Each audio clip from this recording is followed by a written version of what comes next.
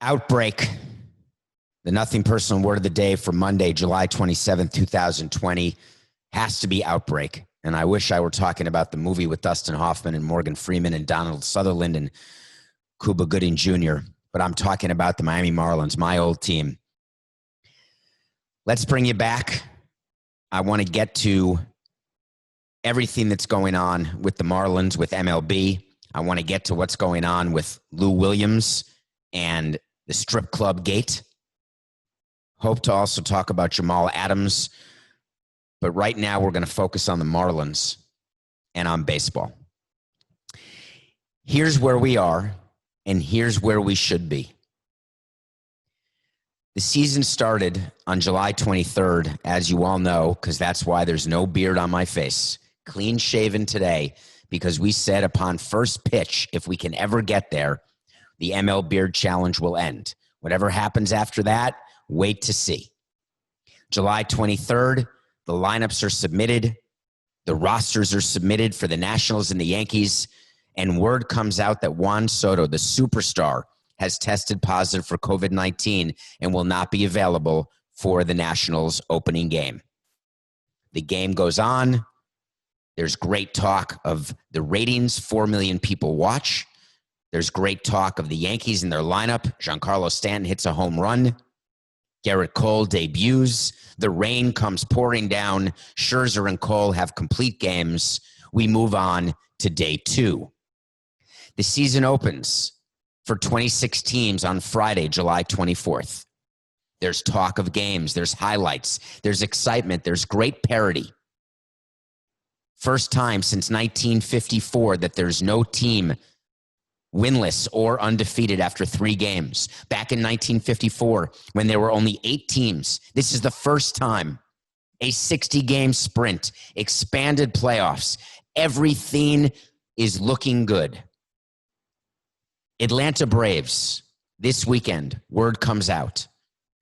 Starting catcher Tyler Flowers, as well as backup catcher and newly signed Travis d'Arnaud, unavailable. The games continue in Atlanta. Their third-string catcher catches, and Atlanta plays. We continue. The Miami Marlins are in Philadelphia playing their opening series, winning 2 out of 3 games. After 2 games, there's an announcement after 1 game that George Alfaro, their catcher, tests positive. Coca, did he test positive before game 1? I don't think he's played at all. Alfaro, positive. But the games continue. The Marlins split the first 2 games of the series. Jose Urena is about to start game 3. Word comes out that 3 additional Marlins have tested positive. Jose Urena, Harold Ramirez, and Garrett Cooper. In addition to a wait to see that came true just from Friday, when I said a starting pitcher would get Soto popped the day of his start, it happened 2 days later. So yesterday, 4 Marlins are unavailable, but the game goes on. You see a few more players wearing masks, but everything seems perfectly calm. Following the game yesterday, word comes out that the Marlins have decided to stay in Philadelphia and not fly home for their home opener tonight, Monday, July 27th, until this morning, day of game. The reason why they chose to fly today is that every player was going to get tested. They wanted to see what the results were to make sure there was not an outbreak on the Marlins. Meanwhile, nothing out of Major League Baseball. Nothing out of the Marlins. 4 people on a team, according to 2 epidemiologists, quoted in stories written by very accomplished journalists. 4 people on a team is already an outbreak. But the game goes on yesterday in Philadelphia. On CBS Sports HQ and on various radio stations, I can't remember which, I say the Yankees are now in jeopardy because they are planning to go into the Philadelphia Phillies visiting clubhouse right after the Marlins leave town. If I'm the president of the Yankees, that's a non-starter. I want that clubhouse to be cleaned in a way, and I want to watch it be cleaned in a way that it's never been cleaned before. And then I still don't think that I want my team in that clubhouse. But the games go on. Word comes out this morning early from the most random place in history, a Twitter account that follows sports aviation. Word comes out that Delta Flight 8880, which is the secret flight number of every one of our team, there's $1, Coca. Every one of the Marlins team charters on Delta is the same flight number. So if you ever want an update on how the team charter's doing, you can go online and search. I want to say it's flight 8880. I may be wrong, Coca. That's from memory. Word comes out that flight 8880 out of Philadelphia at 11:10 a.m. this morning into Miami has been canceled. No other news from MLB. No word from the Marlins. Was the flight delayed? Was it a thunderstorm? Did they get the test results back? And was it not good? Word then leaks out, not released, leaks out that 8 additional Marlins players have now tested positive for a total of 12, plus 2 staff members. Word leaks out, it's now 11, not 12 of the players. Word leaks out that the game has been officially postponed, the Marlins game at home tonight against the Orioles. Confirmed only by the GM of the Orioles, Mark Elias. Nothing from the Marlins, nothing from MLB. Come here to Nothing Personal, you'll get some information because you're not getting it on MLB Network. Nothing official. Further word comes out. Season not in jeopardy. Not being discussed. 10 minutes later, word comes out. The Phillies-Yankees game has been postponed. Why is that? Of course that was going to happen. The Phillies and Yankees both should be tested, and both should not be at Phillies ballpark because the entire ballpark needs to be cleaned as though they were just starting. If you've been watching baseball these past 3 days, you've noticed a couple of things. One, many people on the coaching staff are wearing their masks below their nose. You might as well wear it around your waist if you're not going to wear it correctly. 2, social distancing in the dugout has been a dream, not a reality. There have been violations in every dugout.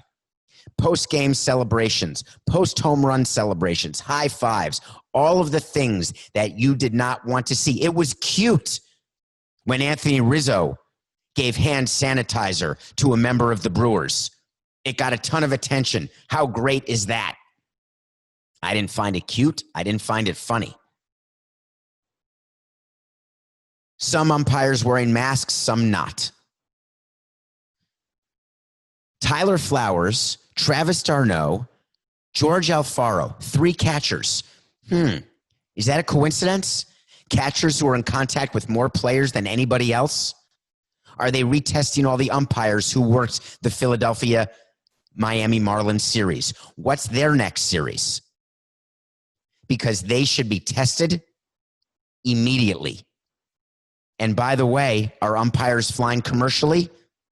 Yes, they are when they can't take a team charter. And the only team that was leaving Philadelphia yesterday were the Marlins, and they didn't leave. So those umpires, wherever they're umpiring today, they had to fly commercially. What is the meaning of this outbreak, and where do we go from here? I have been very clear from the beginning that MLB was prepared for positive tests. They knew by putting a 60-man roster limit on each team, plus a 3-man taxi squad to travel with the team, that they were prepared to work through positive tests. sporadic positive tests, like the Juan Soto positive test or the Darno Flowers positive test or Cincinnati yesterday, just yesterday in Cincinnati. Lest anyone think this is a Miami issue and there's a big cloud just over the Marlins. Was Mike Moustakas in the lineup? What about Nick Senzel? I may have his first name wrong, but I don't think I do. Senzel. They were not in the lineup. Did they test positive? We don't know. The agreement with the players says that there will not be an announcement when a player tests positive unless the player agrees. And if the player does not agree, then there's no announcement at all other than a player is not with the team. Well, we all know whenever we hear a player not with the team and he's not put on the 10-day IL, which is what you do when a player's injured, then that player is either sick or has tested positive for COVID. But the games continue. What's happening right now is the Marlins and MLB are scrambling, and I want to know why. When you were prepared to play on with 4 positive tests, what we now know is 11 or 12 is too many. So the number is between 4 and 12 of players from an organization that the commissioner of baseball and the owners are prepared to move forward and say the competitive integrity of the game has not been impacted. But it has. The reason the Marlins are scrambling for major league caliber players is under no circumstances do they want to bring up their best prospects. Why? They're just like the other teams, and they're smart to do it. When you bring up a player this season, that player gets service time as though he had been on the entire season. So let's pretend a player gets called up today and plays 57 out of 60 games. That player will have enough service time to go to arbitration a year early and for the team to lose a full year of control of that player. If the Marlins are forced to bring up any players who were in their future, then the Marlins have been negatively impacted going forward. If the Marlins are forced to play with minor league players who are not ready to face major league pitching, the competitive integrity of the game has been compromised. I would know this because over 18 years, I was part of a group responsible to bringing up players too early. And very often, we thought the competitive integrity of our team would be improved, that the player would be helpful to us. We were trying to win games. But when we called up players early, sometimes they weren't ready. Sometimes they were, but sometimes they weren't. And when they're not, I can't believe I'm going to bring up a player's name here because I just thought of him right now. Coca, check on a player named Graham Taylor. Graemetaylor. He was a pitcher for the Marlins. He had incredible command. He had average stuff, but stuff that would play at the major league level. The one thing we knew is he would have command. He would throw strikes, and that's what we wanted. We brought him to the big leagues a little early, and he got the yips. He lost control, had no command. We impacted his career negatively by calling him up too early. The Marlins have come too far with their rebuild, way too far. Coca just said that Graham Taylor appeared in only 3 career games. There you have it. I can't believe I'm thinking about that 11 years later. It just goes to show you that when you run a team for 18 years, you forget a lot, but you also remember a lot. Graham Taylor, if you're listening, I'm sorry. We thought that we were doing right by you, and we did not do right by you. If I'm the president of the Marlins, I'm on the phone right now with Major League Baseball telling them that we will not call up our prospects before they're ready. I'm telling Major League Baseball that they've got to figure out what they want to do because I'm not going to play extra double headers in this competitive type season where there's an opportunity to potentially make the playoffs. What baseball is saying is it's the Marlins and the Orioles.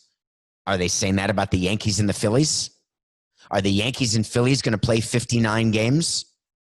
In a regular season, there are times when a team only can play 161 games, not 162, because of hurricanes or weather or some other problem. But if they need to play that game when there's a playoff spot on the line, they will have to play that game. Baseball has made it clear that they are playing 60 games in 66 days and that there will be no extra tiebreaker games. Because even with expanded playoffs, I believe that there will be teams tied for playoff spots and positioning at the end of the season. But MLB passed a rule for this season alone that any tie at the end of the regular season will be decided based on divisional play, and then you go on down. No extra games. There's no time. Time. What a funny concept. Here we are with time, and wouldn't you know it, that MLB, with all of the time that they had, was not prepared to respond publicly to an outbreak in Major League Baseball. Query, were they prepared to respond privately to a Major League outbreak? The feeling I got from people in baseball is it was going to be a gut feel. When is too many too many? We discussed it on Nothing Personal.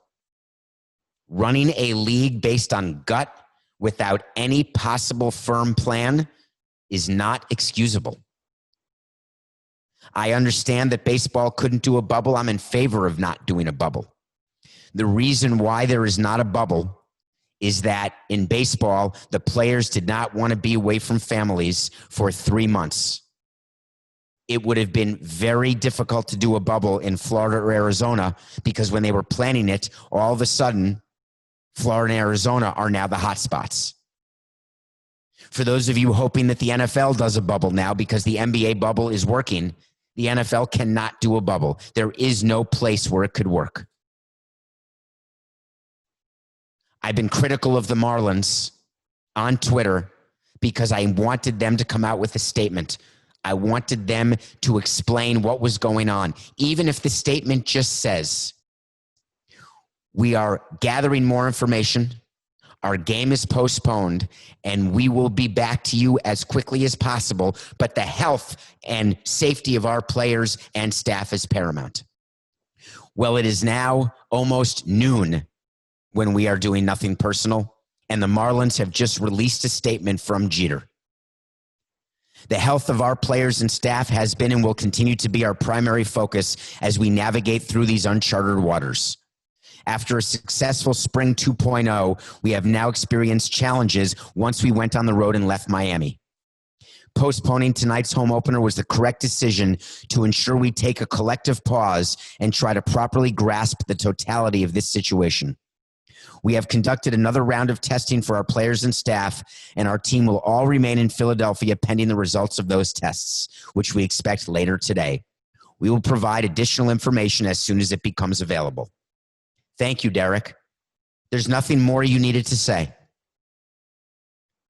You could say that there was a test that were done yesterday, which there were.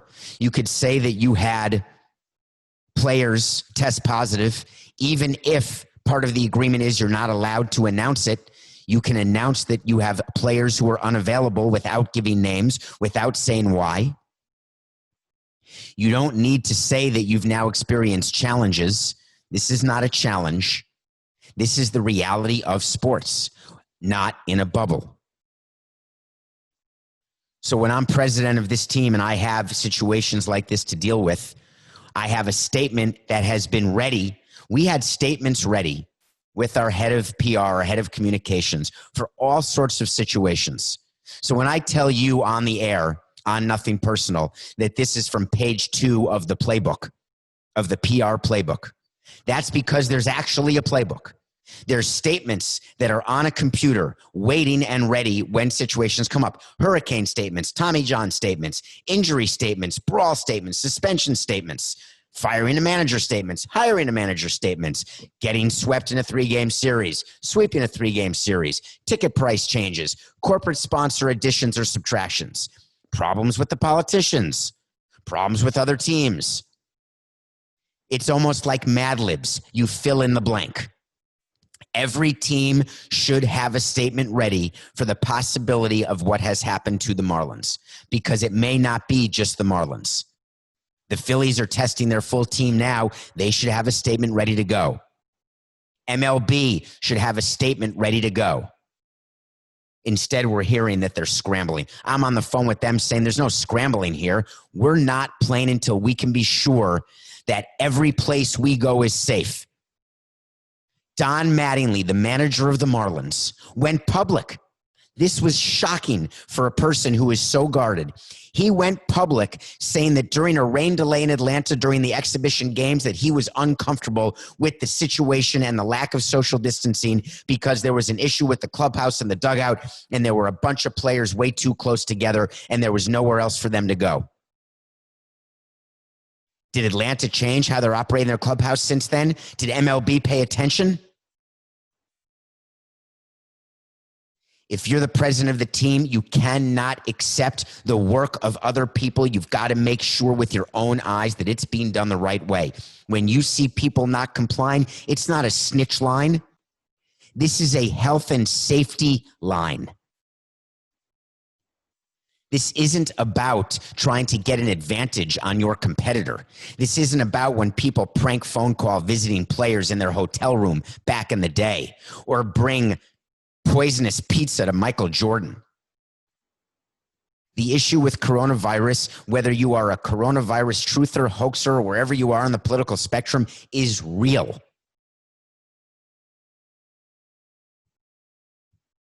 The reason I'm frustrated, I just want to say this. I'm happy to be criticized for everything I did wrong as president of the Marlins. Everything. I'm happy to be criticized by anyone at any time. And this is not me being personal because I never take it personally. I have been front and center at all times when things were great and when things absolutely sucked. I was front and center giving information to however many fans we had and to the media across the country. Not through sources, not through secrecy, not only when things were good, always. It is perfectly legitimate to criticize Derek Jeter and MLB for not getting out in front of this story faster than they did. You can criticize me for trades. You can criticize me for how the ballpark got financed, whether you understand it or not. You can criticize me for how I talk, how I look. By the way, it's not all that original to criticize my height, but have at it. My voice, have at it. But there's one thing that you know deep down is that I was available. The Jeter statement came hours too late.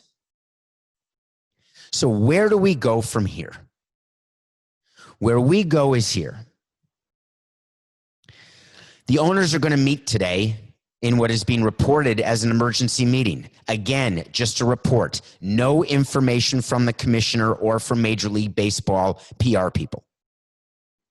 There will be an update where the owners will be told what happened with the Marlins, why it happened to the best of their ability. Was it because they violated protocol? Was it because another team violated a cleaning protocol? Did players violate their protocol? What happened? I'm not sure there's an answer quite yet because it will require an investigation and a visit to a few visiting clubhouses. Then Rob Manfred will say to the owners that we are not canceling the season. We will go on until we believe that we can't go any further. Yes, David, could you unmute yourself? Yes, David. Yeah, quick question, Rob. What does that mean? When is it that there's a competitive issue because we're the Yankees and we're not playing tonight, so now we got to play a doubleheader, or we have to see if there's a mutual off day, which takes away one of 6 off days. And we're in a fight because we want to be the number 1 seed. And it's not a good enough answer that you expanded the playoffs and that we should be okay. There's an issue now that we were forced to postpone a game because of the irresponsibility of others or because it's not safe to play. And I want to know which. That's the information you have to give me. And baseball will then tell the Yankees and every other team that that is the one level of inquiry that we are focused on right now. Is this an individual circumstance where there was a problem with the Marlins or with the Braves or with the Phillies? The other thing that I want to say is that we are now going to be testing players every day. And we are doing it in a way that we have rapid testing and rapid results because I don't want teams to ever be stuck the way the Marlins are. And the other rule we're changing is that as a home team, you are responsible to have housing for road players who test positive. So let me set this up for you. The 4 Marlins who have tested positive, which has now moved to 11 or 12, under the current protocols, there are rumors that they have to stay in the team hotel for 14 days. That is not necessarily true. Because, by the way, how does that feel to the hotel employees who are not part of Tier 1 of MLB, who are not tested every day at all? Do they leave food at the door of the players? No one changes their sheets or gives them fresh towels? What home teams have to do is provide some sort of housing for COVID positive players if it happens on the road. So the Phillies are responsible to have a place for the Marlins to stay other than the team hotel.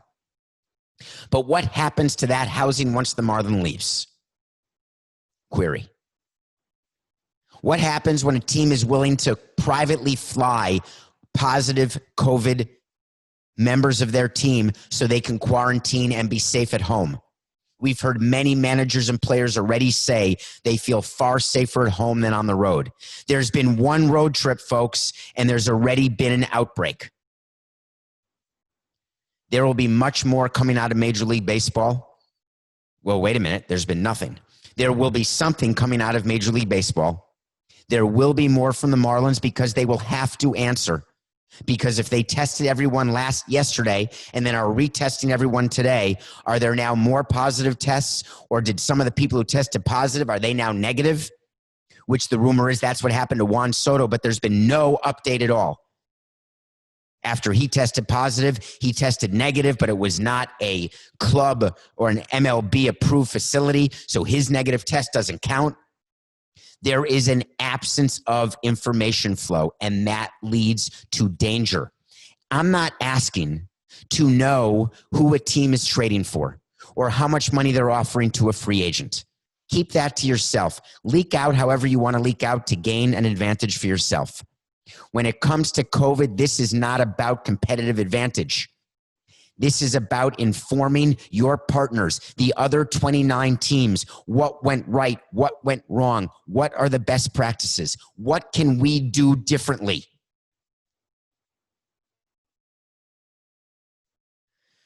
There's going to be a lot more on this. Word of the day was outbreak. Ladies and gentlemen, we've got ourselves an outbreak.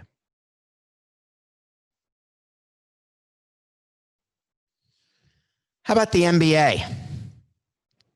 The NBA bubble seems to be doing just fine. They're pretty strict there in Orlando. It's horrible here in Florida. Today was a great day, only 8,900 positive cases. 8,900. And that's a great day. The NBA went into the bubble and they've been releasing, by the way, interesting to note that MLB and the union and all the other leagues are more than happy to send out joint press releases when they have positive news on their testing and their lack of positive tests. So the NBA has had great luck. Scrimmages are starting. The season is due to begin in 3 days. Seeding games, then playoffs. Adam Silver has been very strict. Do not leave the bubble. There have been players who have had to leave the bubble, and they've had to quarantine when they returned. Zion Williamson left the bubble, came back. If you leave the bubble without permission, you get in trouble. If you leave the bubble with permission and don't follow the rules of being outside the bubble, you get in trouble. A lot of talk yesterday about Sweet Lou Williams. He's not a schlepper. This is a major player in the NBA. I'm having a blank, okay? I think he plays for the Clippers. I can't believe where my head is. Yes, it's the Clippers.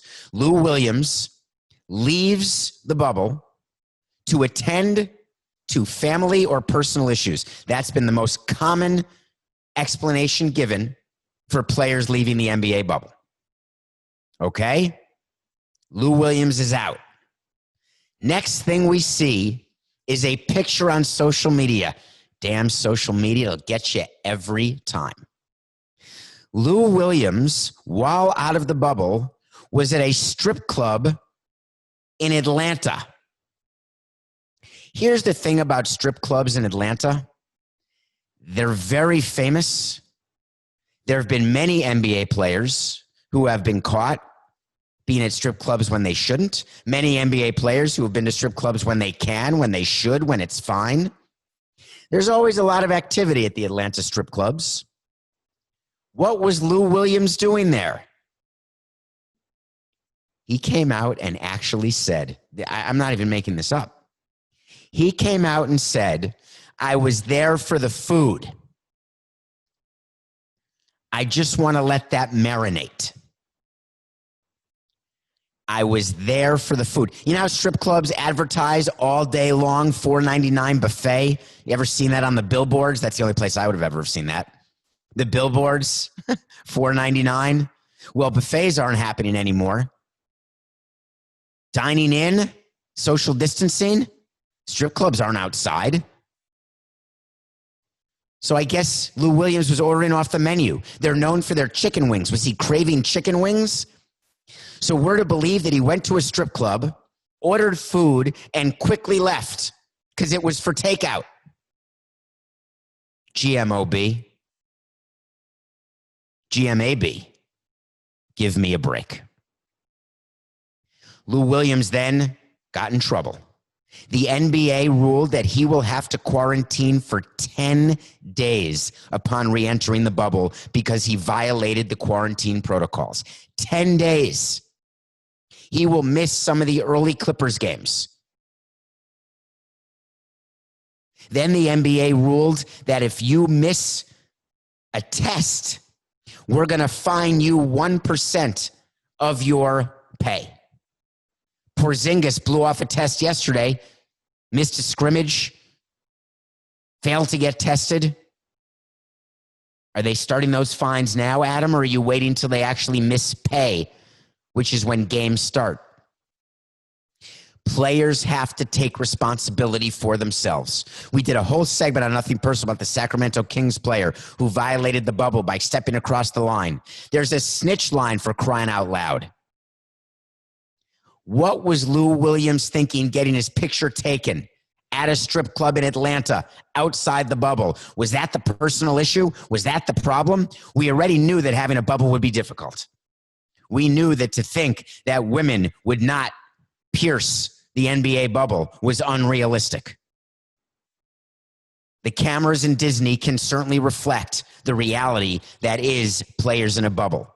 And I don't criticize them for it, but if you're the NBA, you have to have expected it.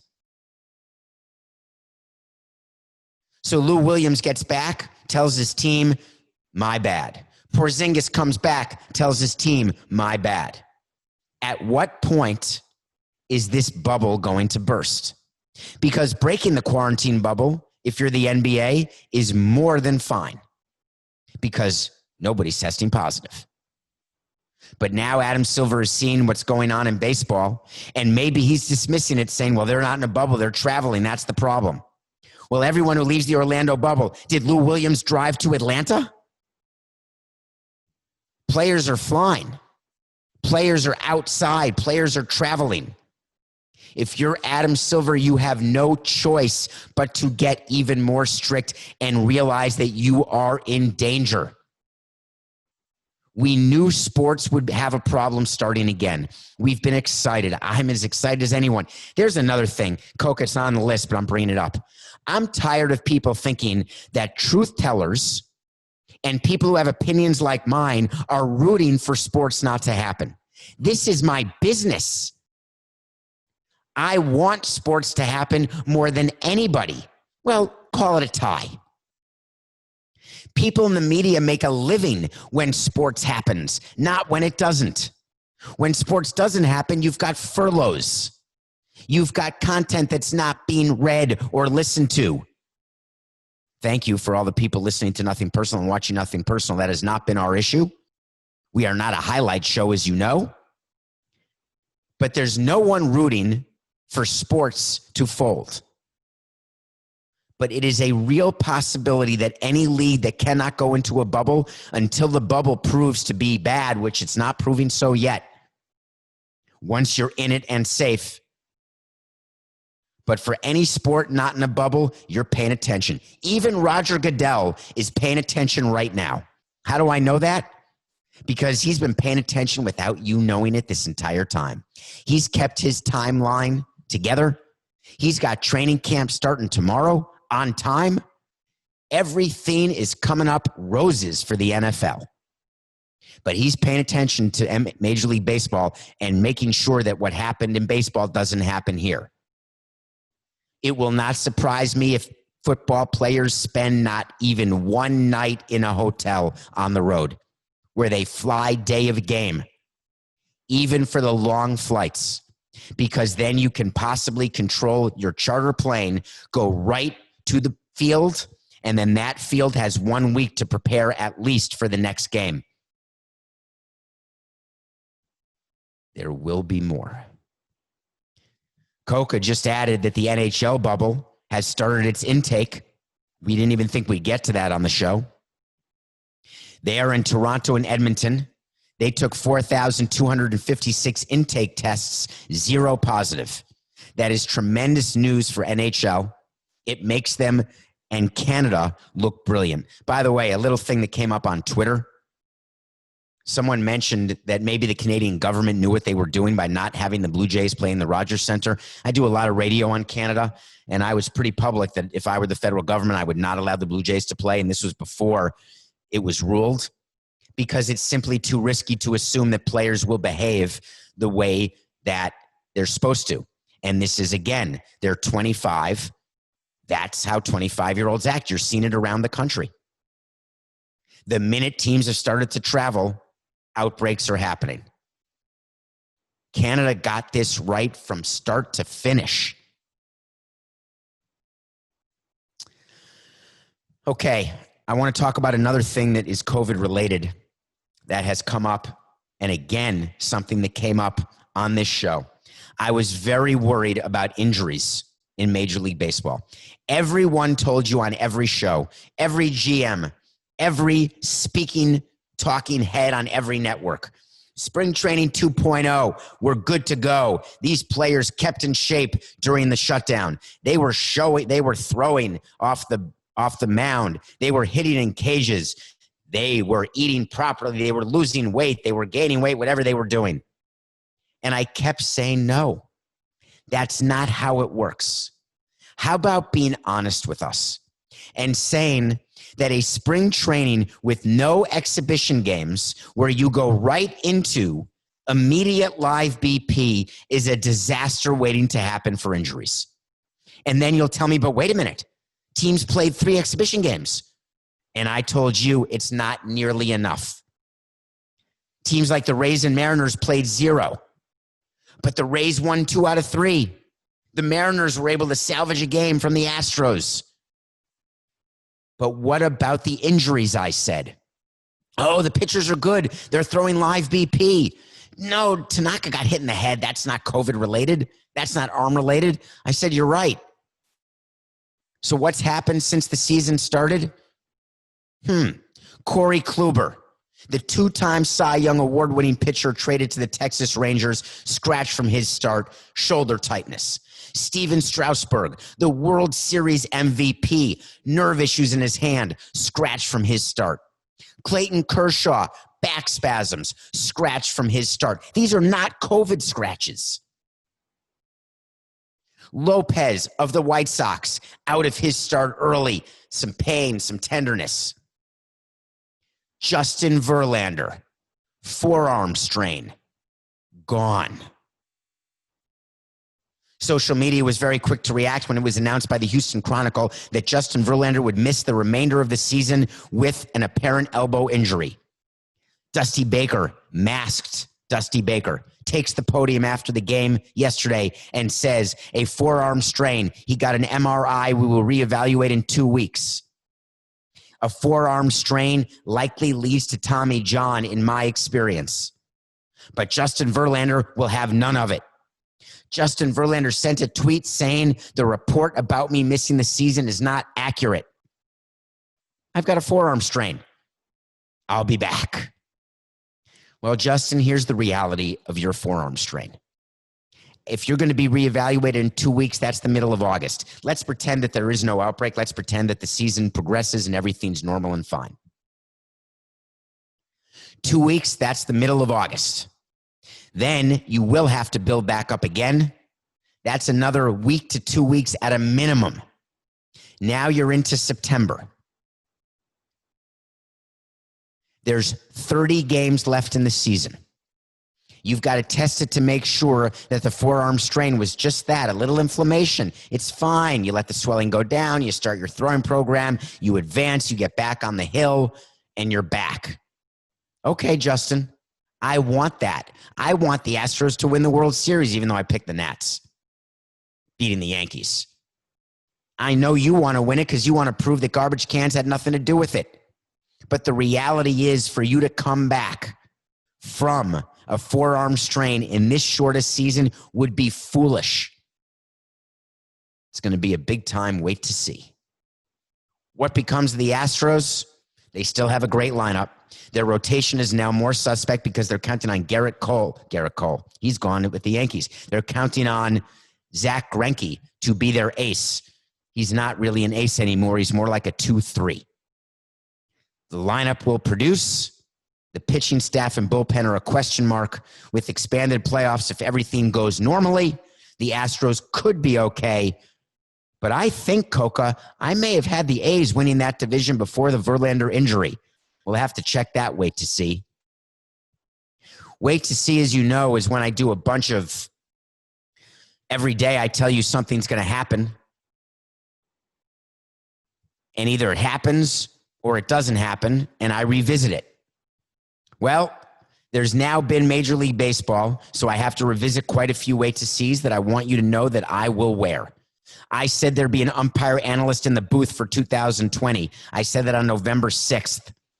Well, there were games this weekend. No umpire analyst in the booth. I'm taking the loss. On February 25th, I said Yasiel Puig, Jason Vargas, Lucas Duda, and Russell Martin will sign with a major league team. Fernando Rodney, Andrew Cashner, Hanley Ramirez, and Jacoby Ellsbury will not. I made 8 predictions. I said I need to get 6 out of 8.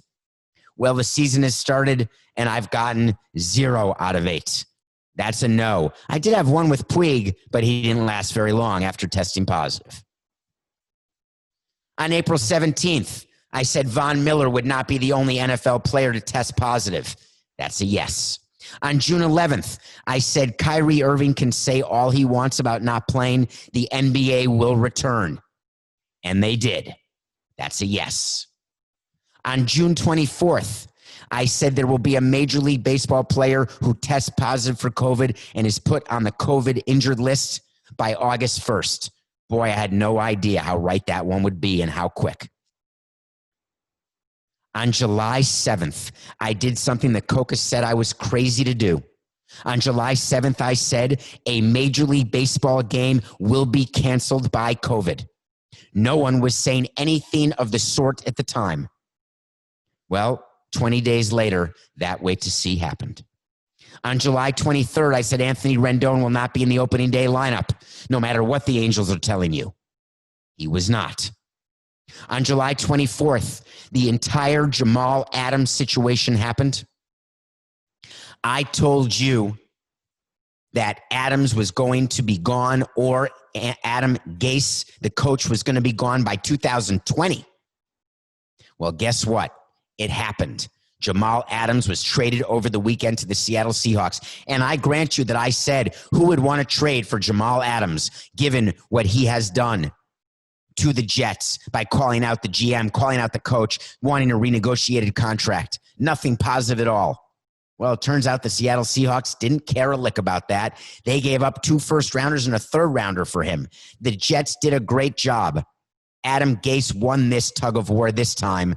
I don't know that he'll win it going forward.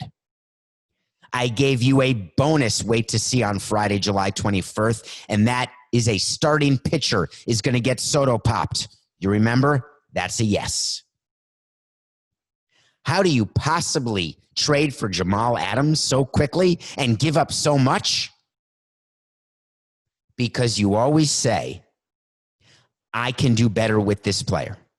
I will make this player better in the clubhouse. I will make this player respect the coach, respect the players. We've got the veteran leadership in the front office, the veteran leadership on the field. Pete Carroll is not Adam Gase. Pete Carroll will make sure that Jamal Adams is a performing member of the defense. Russell Wilson will make sure that Jamal Adams is in line and behaves properly. The Seahawks, as has been shown in the NFL with people who did a lot worse than Jamal Adams, the Seahawks made it very clear that for this season, we are going to be about business. Sorry, Adam, it was nothing personal.